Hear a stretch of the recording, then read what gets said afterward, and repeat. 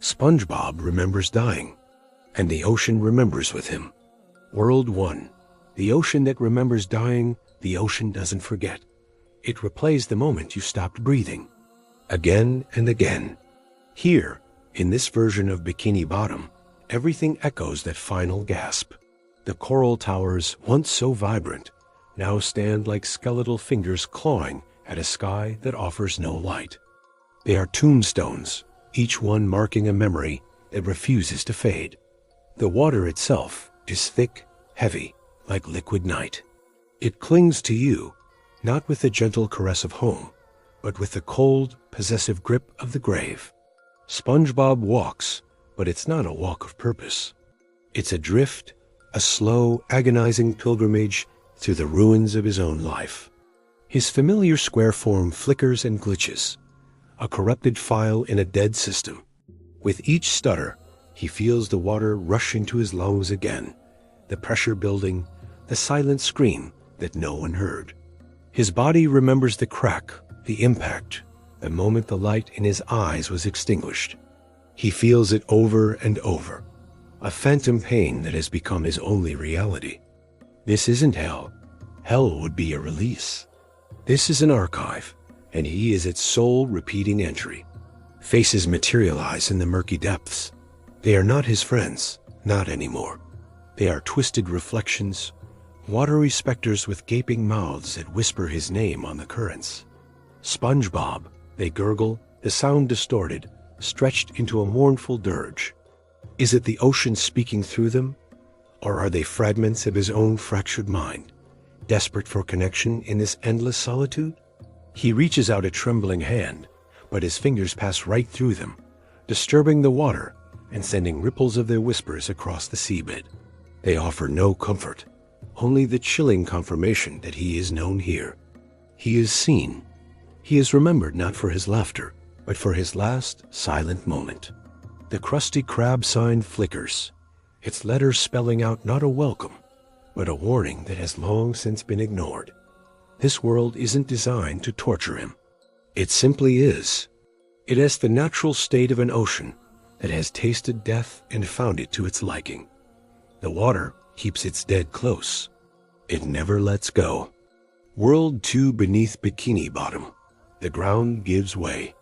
There is no solid foundation here, only layers of decay. We sink, leaving the skeletal city behind, descending into a realm beneath the seabed itself. This is a place before memory, before light. A pure, primordial darkness that swallows sound and smothers thought. There is no up or down, no beginning or end. Time does not flow here. It stagnates, a thick, unmoving pool of eternity. Some places don't kill you. They keep you aware forever. SpongeBob falls, or perhaps he floats. Direction is a forgotten concept. The pressure here is not physical, but existential. It presses in on his very being, squeezing the essence of who he was into something new, something terrifying. His porous body, once a source of resilience and laughter, becomes a canvas for this oppressive void. His pores stretch, widening into tiny, screaming mouths, each one a gateway to the nothingness that surrounds him. They pull and contort his form, reshaping him into a monument of dread.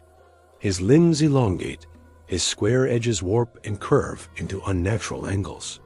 He is becoming part of the abyss, and his smile, that iconic buck-toothed grin, begins to widen. It stretches beyond the limits of comfort, beyond the boundaries of anatomy. It's a rictus of pure, undiluted awareness. A smile that says, I see the joke, and it is on me. He is not in pain. Pain is a memory from the world above. Here, there is only a horrifying clarity. He is fully conscious of his own unmaking, a witness to his soul's slow, deliberate erosion. The darkness doesn't want to destroy him.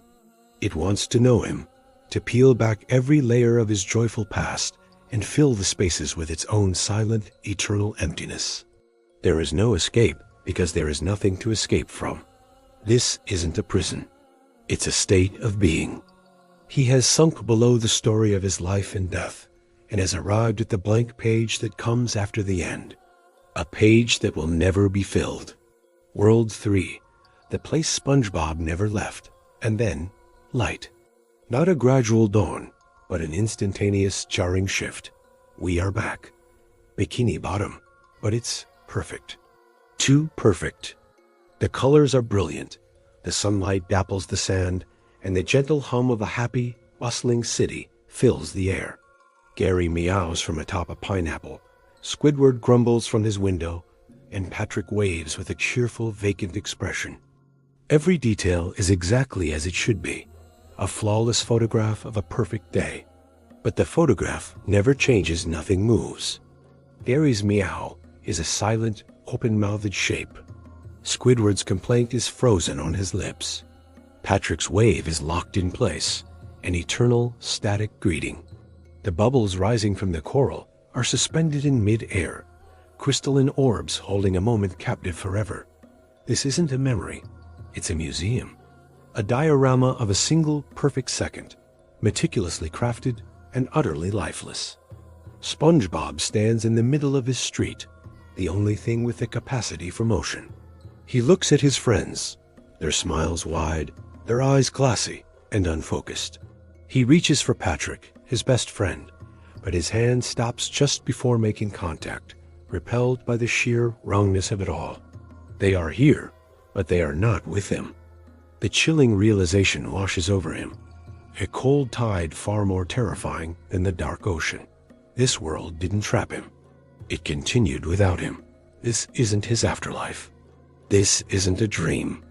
This is the world as it is, a world that paused for a single horrified moment when he died, and then simply left him behind in that frozen frame. He is the ghost haunting a photograph, a glitch in a perfect memory that no one else can see. He never escaped the moment he died. He is still there, floating, his eyes wide open, while the world he loved became a monument to his absence. If you're watching, you're already here.